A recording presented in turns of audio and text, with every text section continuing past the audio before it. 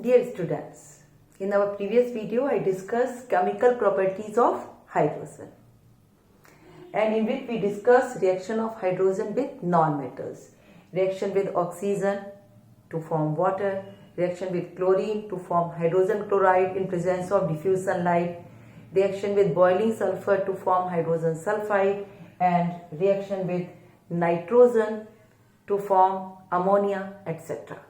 Now in this video I am going to discuss reaction of hydrogen with metals under the category of chemical properties of hydrogen. So hydrogen, you already know that hydrogen is a non-metal, but its properties are similar to metal. How similar to metal? That just like metals, it has property of donating electron and becoming positive ion. But if you observe activity series of metal, it starts with potassium, sodium, calcium, magnesium, aluminium, zinc, iron, tin, lead, and then comes hydrogen. So there is a big gap between sodium, potassium and calcium and hydrogen. So though hydrogen acts like metals, but it is much less active than sodium, potassium and calcium. So under certain conditions, sodium, potassium and calcium are the metals which when react with hydrogen in such a way that hydrogen has to act like a non-metal. Has to act like a non-metal means rather than donating electron, accepting electron to become negative ion or anion. So see, this is how it happens. Sodium obviously donates one electron and hydrogen accepts one electron, then sodium becomes Na1 plus, hydrogen becomes hydride ion H minus 1, and then these Na plus 1 and H minus 1 combine to form sodium hydroxide. In the same way it reacts with potassium as well to form KH. With calcium, calcium being di-positive ion, it means it donates 2 electrons. So it will react with 2 hydrogen atom. Here for balancing I will have to write like this: 2Na plus H2, 2NaH. Here Ca plus S2, CaS2. Valency of calcium is 2. Valency of hydride is 1. It means with sodium, potassium and calcium, hydrogen acts as a non-metal, receives electron, becomes negative ion, that is hydride ion, and forms metal hydrides.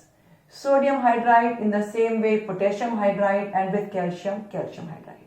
Though these metallic hydrides are unstable to heat, it means on heating they decompose to separate hydrogen and matter. With other metals below sodium, potassium and calcium, hydrogen doesn't react. Okay.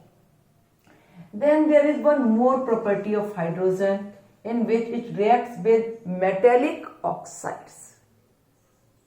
And this property of hydrogen is known as reducing agent. For understanding reducing agent, you must know basics of oxidation and reduction, and then oxidizing agent and reducing agent. In the next video, I'll elaborate on oxidation, reduction and oxidizing agent and reducing agent as well. But right now, for making it, the basic information is like this, that when a substance, suppose A, reacts with oxygen, it means combines with oxygen, then reaction is said to be oxidation. Oxidation of what? That substance. And if it loses oxygen, then reaction is said to be reduction. And the substance that helps in oxidation is said to be oxidizing agent, and the substance that helps in reduction is said to be reducing agent. Hydrogen acts as a reducing agent with certain metallic oxides like copper oxide and lead oxide. Copper and lead, where are they in the activity series of metals? Lead is just above hydrogen activity series of metal, and copper is just below hydrogen in the activity series of metals. It means metals which are either less active than hydrogen or are just a little bit more active than hydrogen. With such metals, hydrogen can act as reducing agent with their oxide and take away their oxygen. See the example. Cupric oxide CuO plus hydrogen. Here hydrogen takes away oxygen of cupric oxide, so it is separated to become copper, and hydrogen, as it takes away oxygen, so it combines with it to form water. In the same way, lead monoxide PbO, hydrogen reacts with it and takes away oxygen of lead monoxide to separate the metal, and oxygen that is separated from lead monoxide combines with hydrogen to form water.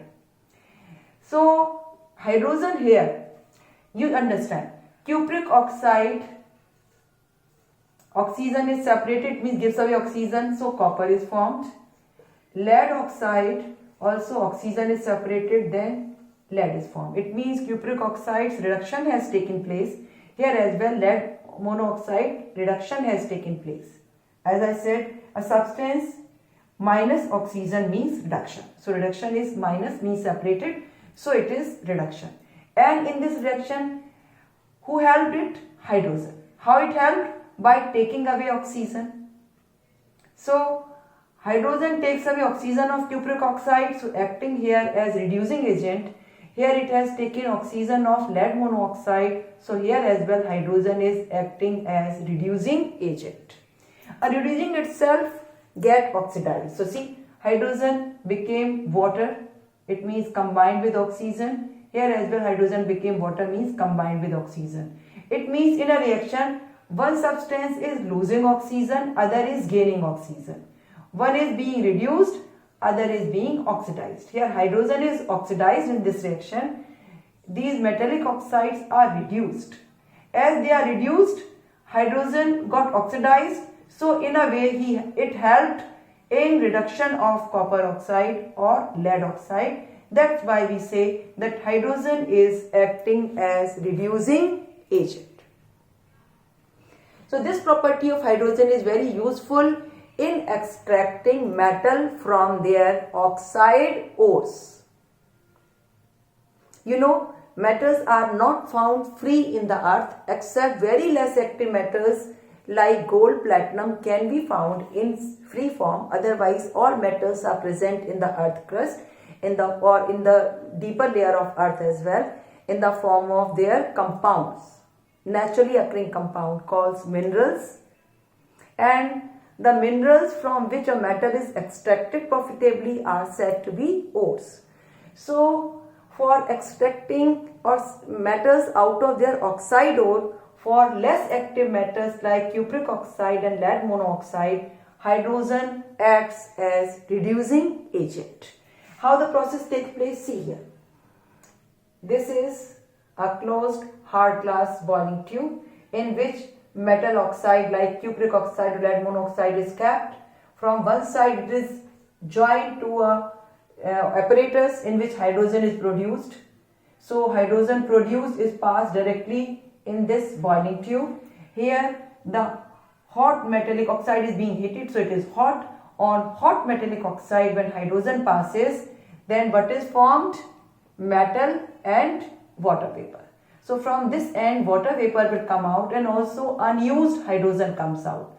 Here if we bring a burning splinter here, then hydrogen burns with a flame, as we know, and the water vapor and hydrogen will come out through the another end. Hydrogen cannot be left free in the atmosphere. As you know, mixture of hydrogen and air is explosive.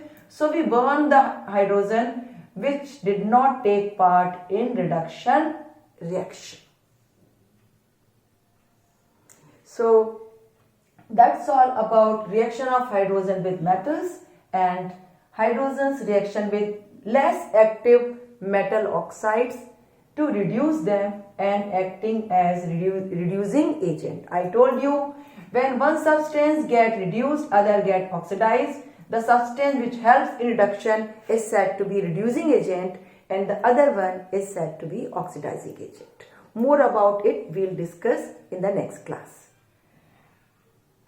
That's all.